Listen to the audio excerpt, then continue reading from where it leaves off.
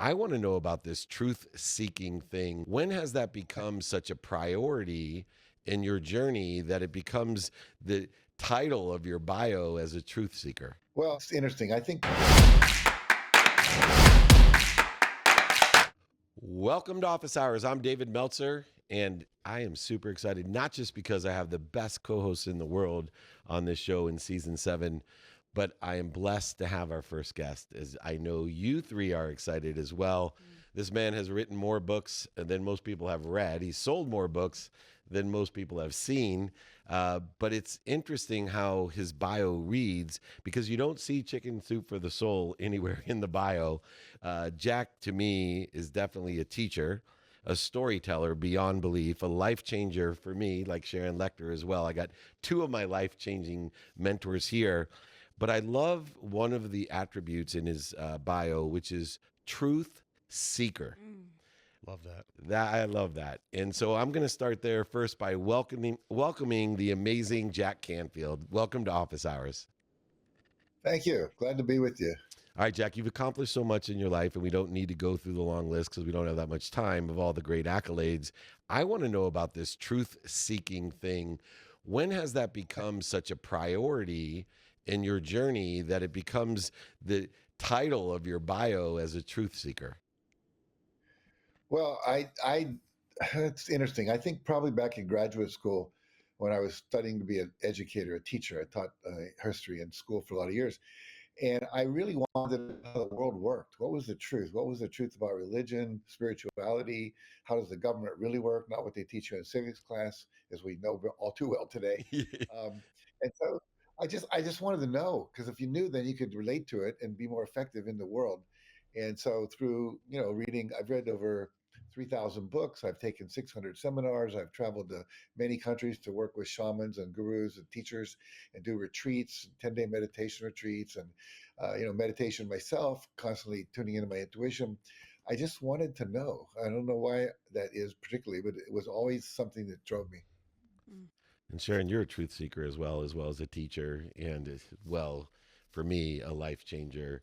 Uh, what are you thinking about when you see Jack again? Is there something that prods your interest from Jack? As I know you've had so many conversations in the past. Well, absolutely. Great to see you again, Jack. And I think one of the things that you've always been as an innovator, and the very beginning of Chicken of the Soup for the Soul was your way of marketing. Because I know did not go traditional publishing. You actually got unique marketing ideas. And with the world we have today, marketing is you have to be innovative on how to reach the people you want to reach. So share a little bit about the fact that you were a trailblazer and a pioneer in marketing to where people are, not necessarily bookstores. So Well, in 1993, when the first book came out, the internet wasn't really a reality for us. So we said, we've got to go where the people are. I don't know what someone told us once that only a certain amount of people every year buy a book in a bookstore, some publishing person. And I thought, well, where do I buy my books? I buy them at the airport. I buy them at the supermarket. I buy them at the drugstore. I buy them online. So we started saying, well, where are the people that we want to reach? So we started going into nail salons and saying, if you sell these books, whatever you call them, the people who work at the salon, the hairdressers, they can sell the book, make an extra $3 or $4, whatever it might be, and at the end of the day, maybe they made another $30 or $40. And so we went to every nail salon and hair salon in LA. We put them in chiropractors' offices, any place where people waited rather, and so they'd start to read it. We even had a guy in his limo put him in the back seat.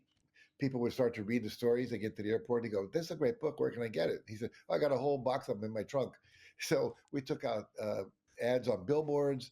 We went and spoke at every possible place we could do it, and just continually, called churches, said, "Can we come and speak to your group on Sunday afternoon?" They did. We'd set up a bookstore. We'd sell 100 books.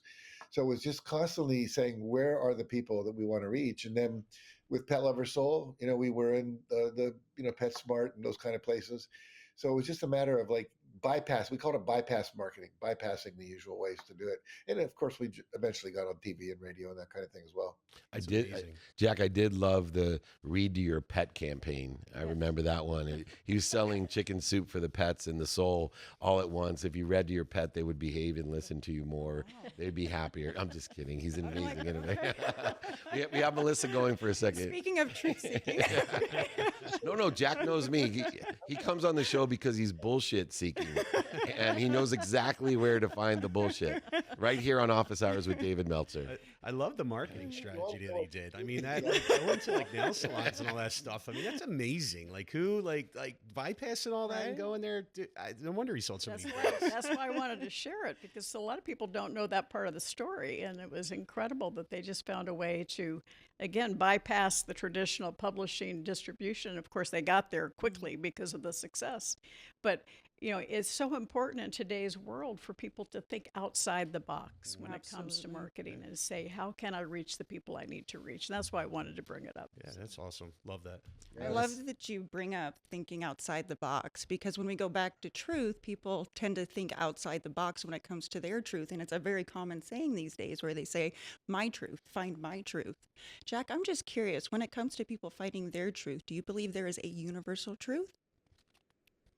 Good question. I think there are some. I think that everything in the universe is a vibration. I think that's a truth. I think that we can affect vibration in our bodies and outside of our bodies through our thoughts. I think that's a truth. I think there is some unifying factor that puts it all together.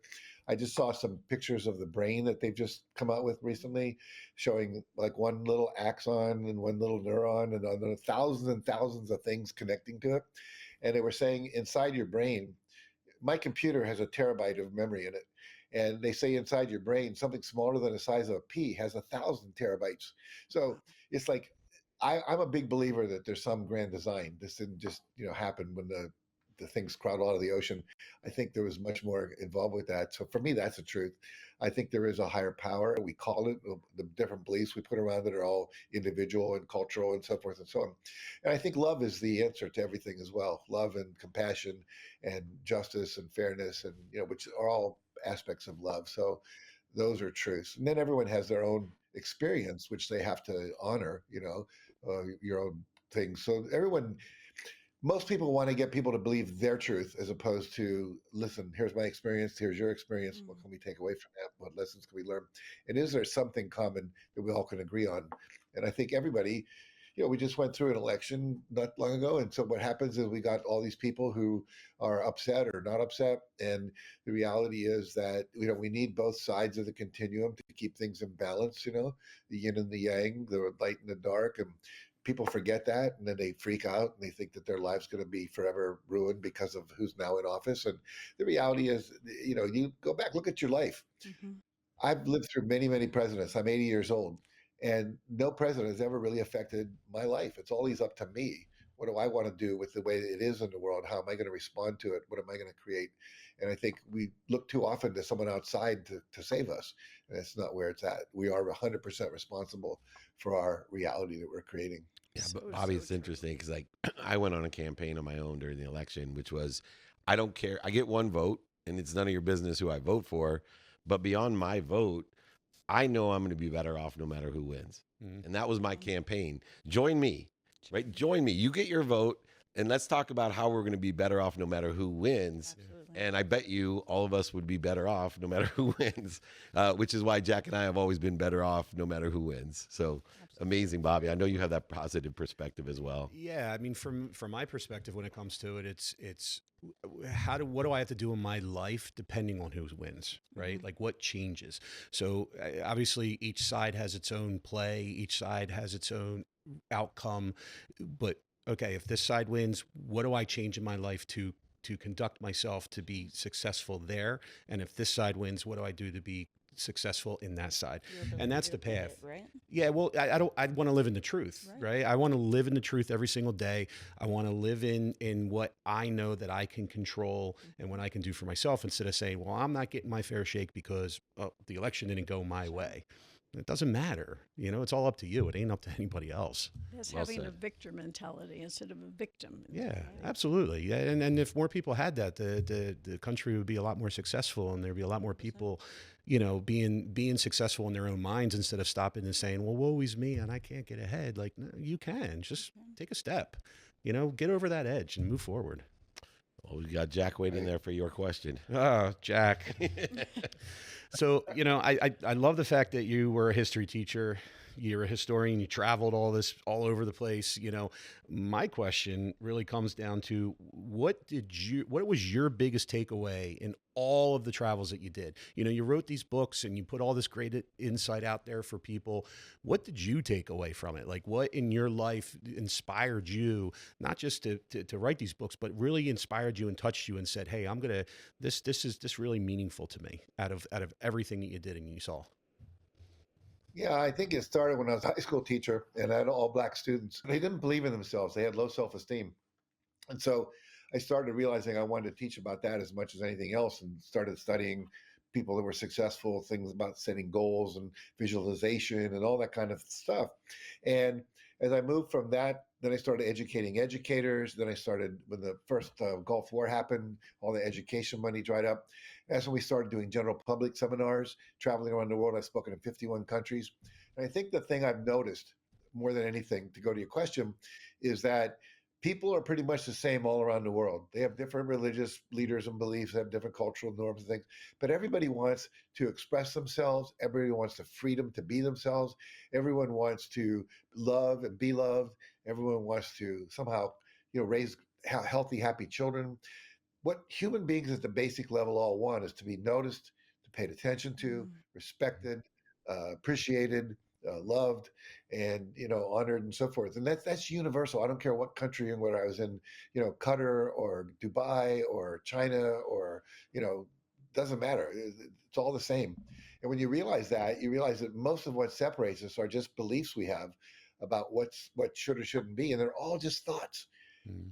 Our thoughts bring us to war. We kill each other over our thoughts. And we basically destroy the environment because of our thoughts and our greed and our fear that we won't have enough. The thing that drives most people is I'm not enough. I don't have enough. I'm not safe. I'm not worthy of love. And we get all this weird acting out to try to get what naturally would be there if you just be yourself, which is, when we were about to come on air, Dave said to everybody, just be yourself. And that's what people want. They want authenticity. They want to be themselves. And I think that's what we all yearn for, both on ourselves and in our relationships. You know, it's funny. My wife was a history teacher for 12 years, and then she became a vice principal and a principal in a heavy minority district in New Jersey. And she says the same exact thing you say. So it's interesting that that hasn't changed. And she always said about her kids, that she was being the vice principal of, like, these kids just want to be important, and they want to feel that they're important. And so to give them that attention, they're acting out or whatever's going on, they just want to be noticed. They don't want to be grouped in, and and they want to feel that love. So it's interesting you say that, and I really like that. Well, there's a lot of wisdom and faith that Jack Canfield has projected and allowed us to reflect on throughout the years. And I'm blessed to be a part of his Transformational Leadership Council, part of his life, because every time I'm with Jack Canfield, my life gets better. He allows me to participate in a higher frequency, a higher vibration of perception, and it elevates my awareness to a different way to think of it. One of the last things before I let Jack go, as we went over, I believe, as Sharon, in enjoying the consistent, everyday, persistent, without quit pursuit of my potential. And when I heard the story of how Jack got Chicken Soup for the Soul, which sold almost a 500 million books, next to the Bible, I don't think anyone sold as many books as Jack Canfield. But he went through more publishers saying no than I went through women saying no to date me. And so every time a girl said no to me, I said, she's nothing but chicken soup for the soul. I'm going to get this. And I ended up, just like Jack, I ended up with 1.5 billion when it comes to my wife. So that persistent, consistent pursuit of my potential in the most important relationship worked out. Thank you to Jack Canfield. My friend, thank you for showing up the way you do. I look forward to seeing you. I will be inviting myself to come visit you because it's always a highlight to come to Santa Barbara and have a meal with Jack Canfield. The amazing Jack Canfield here on Office Hours. Jack,